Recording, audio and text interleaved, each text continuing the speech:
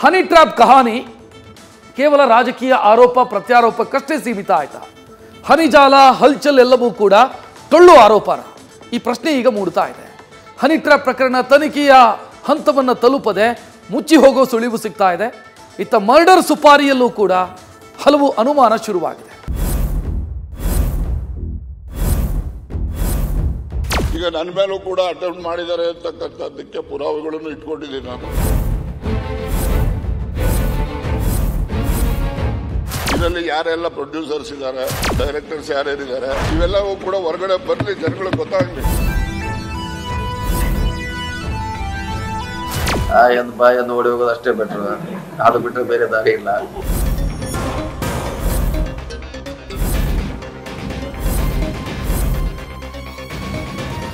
ರಾಜಕೀಯದಲ್ಲಿ ಆರೋಪ ಪ್ರತ್ಯಾರೋಪ ಕಾಮನ್. ಆರೋಪ ಮಾಡಿದ್ಮೇಲೆ ಅದಕ್ಕೆ ಪ್ರೂಫ್ ಇರಬೇಕು, ಇಲ್ಲದೆ ಇದ್ರೆ ಆರೋಪ ಮಾಡ್ಲೇಬಾರ್ದು. ಆದ್ರೆ ಹನಿ ಟ್ರ್ಯಾಪ್ ಆರೋಪ ಕೇವಲ ಆರೋಪಕ್ಕಷ್ಟೇ ಸೀಮಿತವಾಗಿದೆ. ಹನಿ ಚೆಲ್ಲಿದ ಹಲ್ಚಲ್ ಎಲ್ಲ ಬರೀ ರಾಜಕೀಯಕ್ಕಷ್ಟೇ ಕಾರಣವಾಗಿದೆ.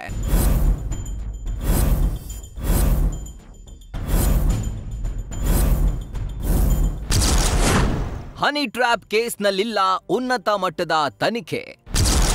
ಪ್ರಾಥಮಿಕ ವರದಿ ಪಡೆದು ರಾಜ್ಯ ಸರ್ಕಾರ ಸೈಲೆಂಟ್.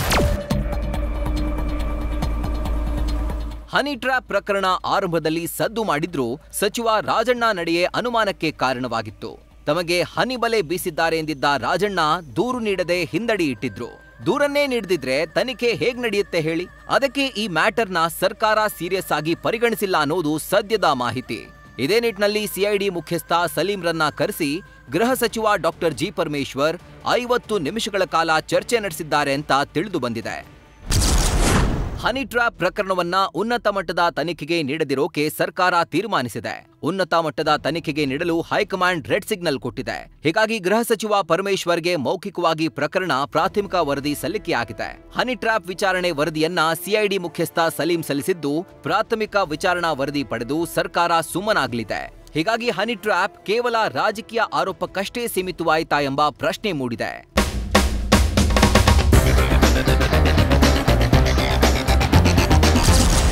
ಹನಿ ಜಾಲದಲ್ಲಿ ಯಾರು ಶತ್ರುಗಳು, ಯಾರು ಮಿತ್ರರು? ಹನಿ ಬಾಂಬ್ ಸಿಡಿಸಿದ್ದ ಸಾಹುಕಾರ್ ಮಾರ್ಮಿಕ ಮಾತು. ಹನಿ ಟ್ರ್ಯಾಪ್ ಕಹಾನಿ ಬಗ್ಗೆ ಸ್ಫೋಟಕ ವಿಚಾರ ಬಹಿರಂಗಪಡಿಸಿದ್ದವರು ಸಚಿವ ಸತೀಶ್ ಜಾರಕಿಹೊಳಿ. ಆದ್ರೀಗ ಹನಿ ಕೇಸ್ ಸದ್ದು ಮಾಡಿದಷ್ಟು ಎಫೆಕ್ಟ್ ಆಗಿಲ್ಲ. ಆದ್ರೂ ಹನಿ ಟ್ರ್ಯಾಪ್ ವಿಚಾರದಲ್ಲಿ ಯಾರು ಶತ್ರುಗಳು, ಯಾರು ಮಿತ್ರರು ಅಂತ ಗೊತ್ತಾಗ್ತಿಲ್ಲ ಎನ್ನುತ್ತಾ ಮಾರ್ಮಿಕ ಮಾತುಗಳನ್ನಾಡಿದ್ದಾರೆ. ಎಲ್ಲರೂ ಯಾರ್ಯಾರು ರಡಾರ್ನಾಗ ಬರ್ತೈತೆ 300 ಕಿಲೋಮೀಟರ್ ರಡಾರ್ನಾಗ ಹೇಳಕ್ಕಾಗಲ್ಲ. ಯಾರು ಮಿತ್ರರು ಗೊತ್ತಾಗಲ್ಲ, ಶತ್ರುನು ಗೊತ್ತಾಗಲ್ಲ. ಎಲ್ಲರೂ ಅಲರ್ಟ್ ಇರಲೇಬೇಕು. ಈಗ ಹುಷಾರಿರ್ಬೇಕಷ್ಟೇ. ಹಾಯ್ ಅಂದ್ರೆ ಹಾಯ್ ಅನ್ನಂಗಿಲ್ಲ ಅಷ್ಟೇ. ಗೊತ್ತೇನು ಮಾಡೋದು? ಏನು ಮಾಡೋರು? ಹಾಯ್ ಅಂದ್ರೆ ಆ ಕಡೆ ಓಡಿ ಹೋಗೋದು ಅಷ್ಟೇ. ಈಗ ಅವ್ರು ಹೇಳೋ ಪ್ರಕಾರ ಬಾಯಿ ಅಂತ ಹೇಳಿದಾರೆ ಅಷ್ಟೇ. ಅವರು ಹೇಳೋ ನಮಗೆ ಜೋಡಿ ಚರ್ಚೆ ಆಗಿದ್ದು ಬಾಯಿ ಅಂತ ಹೇಳಿದ್ರು ಅಂತ ಹೇಳಿದ್ದಾರೆ. ಹಾಯ್ ಅಂದಿದ್ದೇನಲ್ಲ, ಹಾಯ್ ಅಂದಿದ್ದ ಅನ್ಸಿ.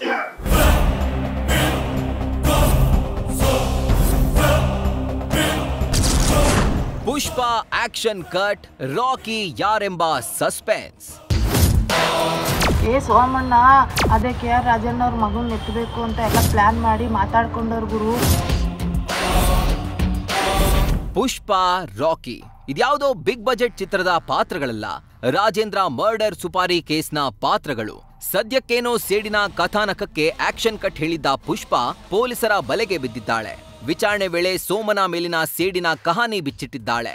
ಆದ್ರೆ ಸುಪಾರಿ ಕೇಸ್ನಲ್ಲಿ ಬಂದಿದ್ದ ರಾಕಿ ಎಂಬ ವ್ಯಕ್ತಿ ಯಾರು? ಅವನಿಗೂ ಪುಷ್ಪಾಳಿಗೂ ನಂಟೇನು? ಅಸಲಿಗೆ ಆಡಿಯೋ ರೆಕಾರ್ಡ್ ಮಾಡಿದ್ಯಾವಾಗ ಅನ್ನೋದೇ ಮರ್ಡರ್ ಸುಪಾರಿ ಚಾಪ್ಟರ್ನ ಬಿಗ್ ಸಸ್ಪೆನ್ಸ್.